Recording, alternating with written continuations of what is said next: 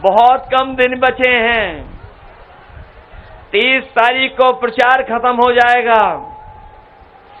1 तारीख को आपको वोट डालना है। वो 4 जून की जो तारीख है, वो न केवल मित्र मंडली को बदलेगी, मित्र मंडली तो बदलेगी, मंत्रिमंडल भी बदलेगा और मंत्रिमंडल के साथ साथ मीडिया मंडल भी बदल जाएगा। आने वाले समय में जब इंडिया गठबंधन की सरकार बनेगी तो आपकी पुरानी पेंशन को भी बहाल करने का फैसला इंडिया गठबंधन की सरकार में लेंगे। यहां हमारे रोजगार सेवक होंगे, आशा कार्यकर्ता हैं और भी तमाम ग्राम पंचायत के स्तर पर जो तमाम रोजगार हैं, उन लोगों का भी मानदेय बढ़ाने का काम करेंगे। जहां हम किसानों का कर्ज माफ करेंगे, वहीं कहीं न कहीं व्यवस्था ऐसी भी लाएंगे कि हमारे गरीबों को, जो बहुत कुछ पैसे वाले कुछ होते हैं गांव में, उनसे सूद पर पैसा लेना पड़ता है। हम अपने गरीबों के लिए कोई न कोई ऐसा फैसला लेंगे जहां बैंकों से कर्ज माफ करेंगे और गरीबों को सस्ते में कर्ज मिल जाए, जिससे उन्हें कभी भी किसी के सामने अपने हाथ न फैलाना पड़े। ये चुनाव जहां हमारे आपके भविष्य का चुनाव है, वहीं ये चुनाव संविधान बचाने का भी है। इधर आपने देखा होगा भारतीय जनता पार्टी का एक एक फैसला या एक एक निर्णय उनका ऐसा हुआ है जो कहीं न कहीं संविधान को ठेस पहुंचाता है। हमने कई मौकों पर कहा और हर सभा में कहा कि अगर इन्हें दोबारा मौका मिल गया तो यही जो संविधान बाबा साहब भीमराव अम्बेडकर जी का बनाया हुआ है, इस संविधान को बदल देंगे। लेकिन जो समर्थन मिला है वो भरोसा दिलाता है कि जो लोग संविधान बदलने के लिए निकले हैं, उन लोगों को इस चुनाव में जनता बदलने का काम करेगी। हम अपने नौजवानों को कह के जा रहे हैं, जो इंडिया गठबंधन ने तय किया है कि 4 जून के बाद जब सरकार बनेगी तो न केवल जो 30 लाख नौकरियां जो कि अभी केंद्र सरकार की हैं वो भरी नहीं गई हैं, उनको तो भरेंगे ही भरेंगे, उसके साथ साथ अग्निवीर व्यवस्था भी हमेशा हमेशा के लिए खत्म हो जाएगी। ये अग्निवीर व्यवस्था को हम लोग कभी स्वीकार नहीं कर सकते हैं।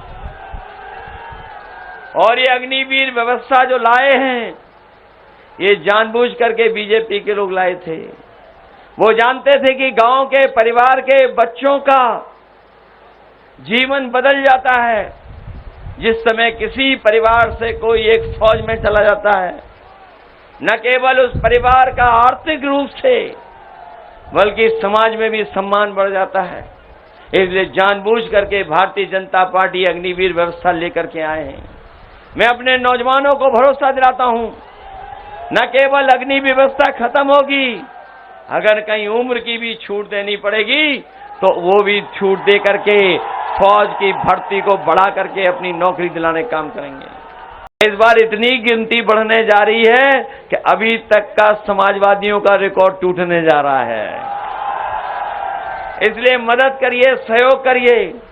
जहां हमारे आपके भविष्य का चुनाव है, वहीं संविधान बचाने का भी चुनाव है। मैं अपने बहुजन समाज के लोगों से विशेष अपील करूंगा कि ये लड़ाई बहुत बड़ी है। इस लड़ाई में कहीं कहीं हमें दिखाई देता है कि बीजेपी और बीएसपी अंदर से ही हाथ मिलाए हुए हैं। इसलिए हम उन्हें भी सावधान करना चाहते हैं कि इस लड़ाई में समाजवादी और इंडिया गठबंधन का सहयोग कर देना। जब आपकी मदद मिलेगी तो न केवल जीत होगी बल्कि बाबा साहब का दिया हुआ संविधान को भी बचाने का हम लोग काम करेंगे। ये 10 साल से बीजेपी की सरकार ने हमें आपको सबको धोखा दिया है और 10 साल अगर पीछे मुड़ करके हम देखेंगे तो इन बीजेपी वालों की हर बात झूठी निकली, इनका हर वादा झूठा निकला। भारतीय जनता पार्टी के नेताओं की भाषा तो बदली ही बदली है। जो भाषा इस्तेमाल कर रहे हैं उनके व्यवहार के बारे में भी जानकारी हो रही है। जहां वो शब्दों का इस्तेमाल अपने भाषण में कर रहे हैं, उससे पता लग रहा है कि इस बार उत्तर प्रदेश के चुनाव में वो धराशायी होने जा रहे हैं, धराशायी होने जा रहे हैं। उनके कॉन्फिडेंस में कमी आ रही है और उसका परिणाम ये है कि इस तरह की भाषा इस्तेमाल हो रही है। उन्हें पता है, बीजेपी के लोगों को, कि जनता इस बार उन्हें हटाने जा रही है। 7वें चरण में हर मौके पर मैंने कहा कि जनता का गुस्सा 7वें आसमान पर होगा। जो 6वें चरण में वोट पड़ा है, जो बौछार हुई है वोटों की, 7वें में इन्हें 7 समुंदर पार जनता भेज देगी भारतीय जनता पार्टी के लोगों को।